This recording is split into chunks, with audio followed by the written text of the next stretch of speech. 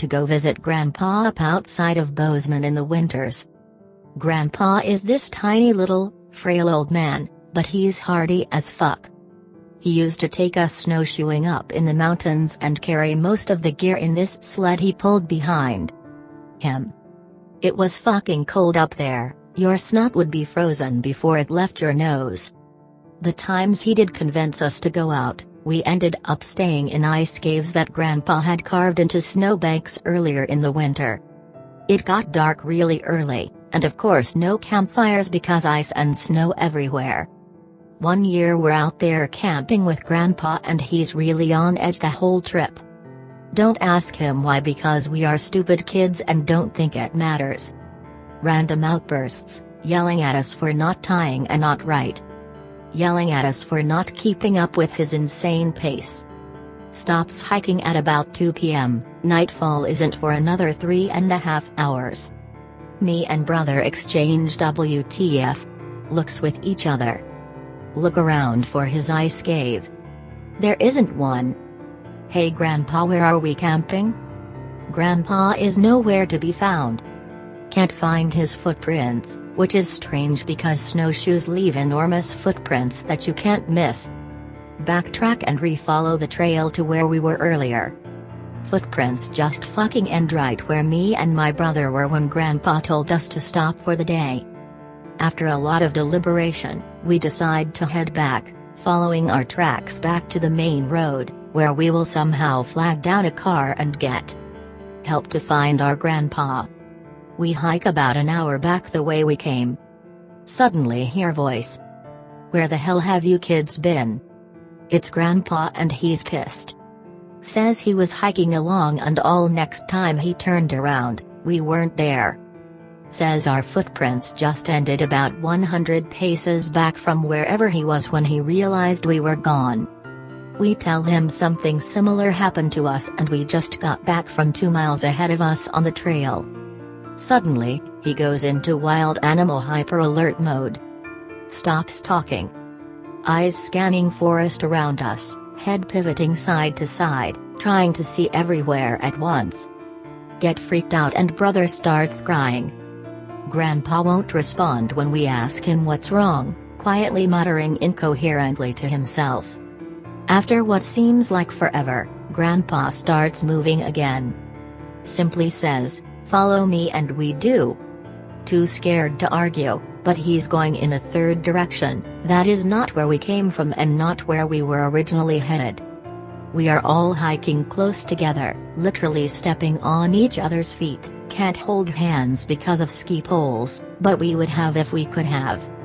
Eventually emerge in a clearing. I recognize it as a lake, but you'd never know it in the winter when everything is frozen solid. We get out on the ice and walk all the way to the middle of the lake before we stop. Grandpa tells us to get out our parkas, as we're going to be staying a while. Ask him what's happening. Doesn't answer. She gets out binoculars and starts to scan the shoreline. This is a pretty huge lake, so without binoculars, neither me or my brother could really see anything besides little distant trees on the shore. At this point, Grandpa puts the binoculars down, unpacks a fairly large caliber revolver and holster, and puts it on his hip.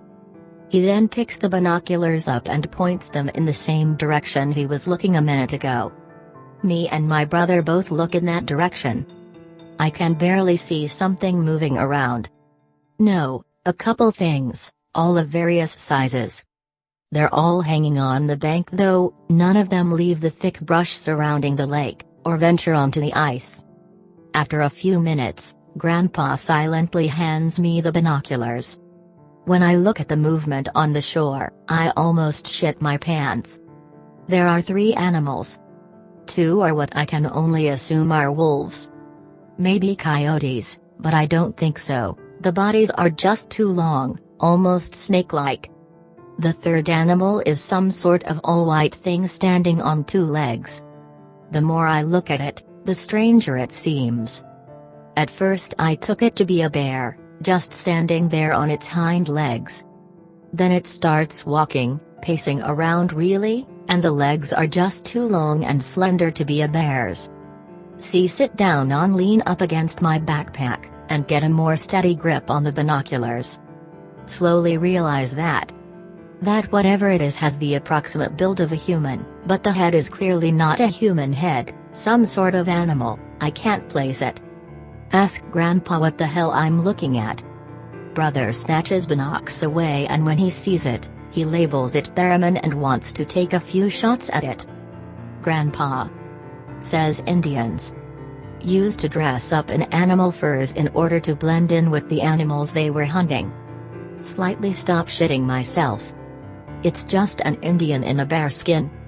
And he has 2 dogs that look like wolves. And they're following us, but are afraid of ice. Start shitting my pants all over again as I realize that this is about 100 times weirder than a real bearman. It's starting to get dark, and we're still out there on the ice. We're all watching the Indian/bearman/whatever the fuck it is and his dogs, wolves, slowly wandering along the coastline, clearly avoiding the ice, but clearly trying to get out onto it somehow. Every once in a while, they'll change direction, as though they were pacing back and forth. In the time I have the binoculars, I see the thing, and his dogs, wolves, motionless and staring directly at us many times. No one breaks the silence for a long time.